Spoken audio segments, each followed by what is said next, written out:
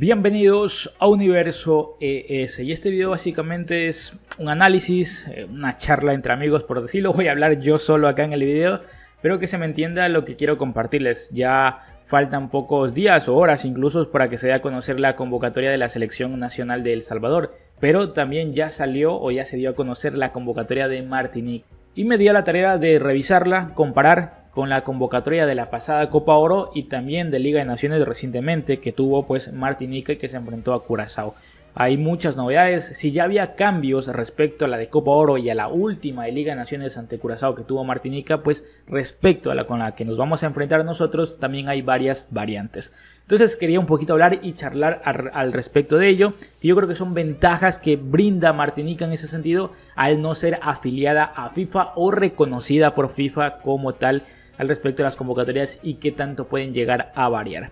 Recuerda que si quieres salir en próximos videos no te olvides de hacérmelo saber en la cajita de comentarios, suscríbete, comenta y comparte con tus amigos. Antes de empezar debo aclarar esto, yo sé que hay muchos aficionados que lo entienden, pero lo recalco para que no se confunda.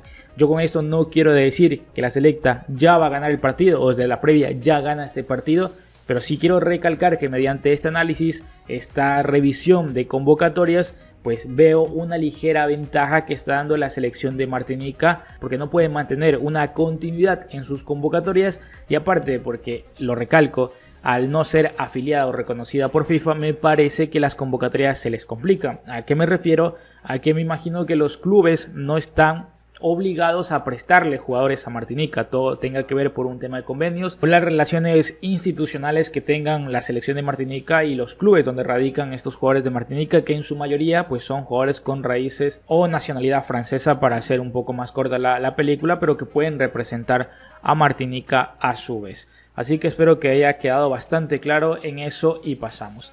Vamos a revisar un poquito el 11 con el que la selección de Martinica nos ganó en ese partido de Copa Oro por 2-1.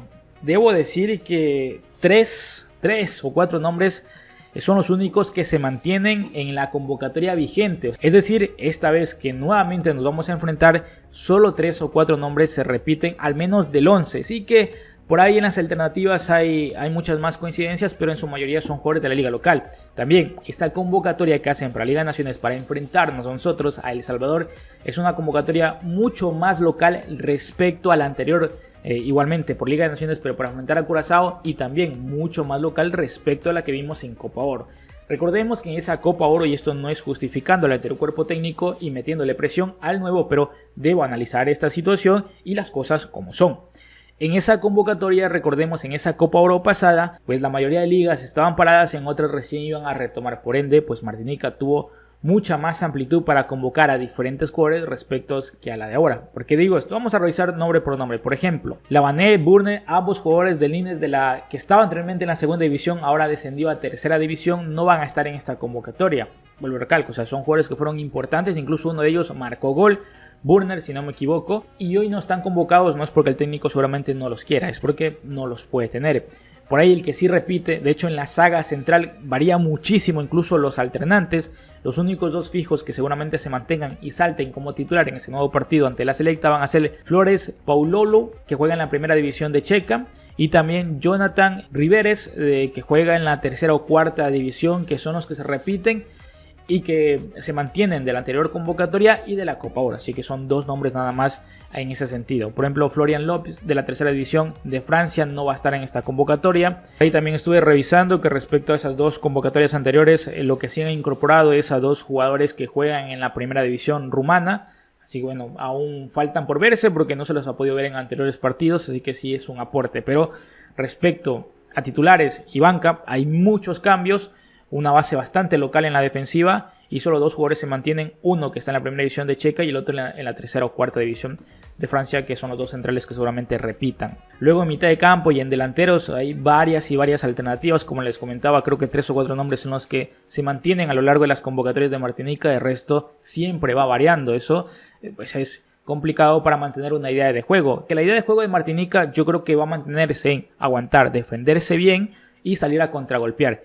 ¿Qué pasa ahora? pues vemos que la selección de Martinica da una ligera ventaja a El Salvador porque no puede convocar a sus piezas más importantes, vuelvo y recalco, tiene que abastecerse, es una liga local de Martinica que no es del todo profesional, que por biotipo el jugador sigue siendo el mismo, rápido, veloz, con ganas de ganar estos partidos porque no tienen nada que perder, entre comillas, por decirlo o encajarlo de esa forma, pero que estos sí son un poco más limitados al respecto de técnico-táctico y probablemente de fondo físico, que les termine de costar un poco más respecto, por ejemplo, a esos dos laterales que venían de la segunda división de Francia que no van a estar convocados, o a ese jugador que estaba en la tercera división de Francia y entre otras alternativas. En la parte de volantes sí repite Cyril Moundoki, que juega en el París en la segunda división de Francia. Él sí ha tenido el permiso, pero por ejemplo como Fortune de la tercera división de Francia no va a estar, o Carl Fabien tampoco no va a estar. Me parece que Fortune incluso nos marcó gol en ese partido de El Salvador, no van a estar. De hecho, los dos jugadores que nos marcaron gol en ese partido no van a estar.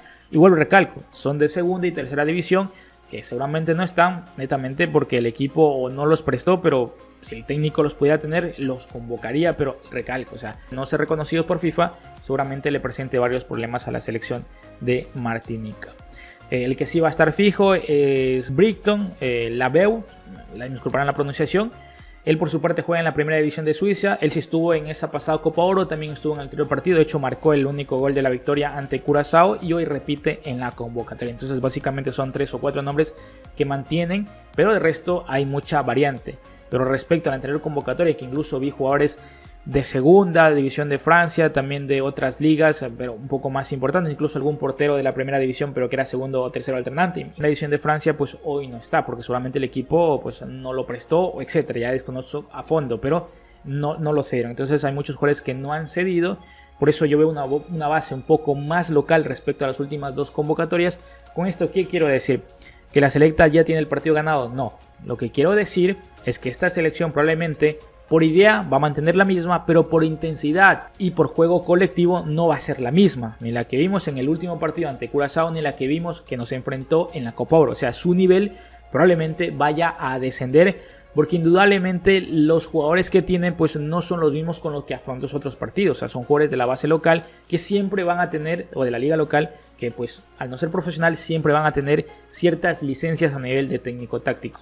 ¿Qué quiero decir con esto? Y no quiero con esto justificar ante el cuerpo técnico y meterle presión a este nuevo cuerpo técnico, pero lo que quiero llegar acá es decir que con todas estas cosas analizadas y que seguramente el cuerpo técnico ya lo está analizando, ya revisaron y se dieron cuenta que esta es una base un poco más local, que sí trae 3 o 4 jugadores importantes, pero que aún así pues son ventajas que te va a dar Martinica por las condiciones que ya he mencionado. Trabajar en esas ventajas, potenciar a tu equipo y por supuesto desnudar mucho más esas debilidades que te va a mostrar Martinica, aprovecharlas y tratar de ganar el partido.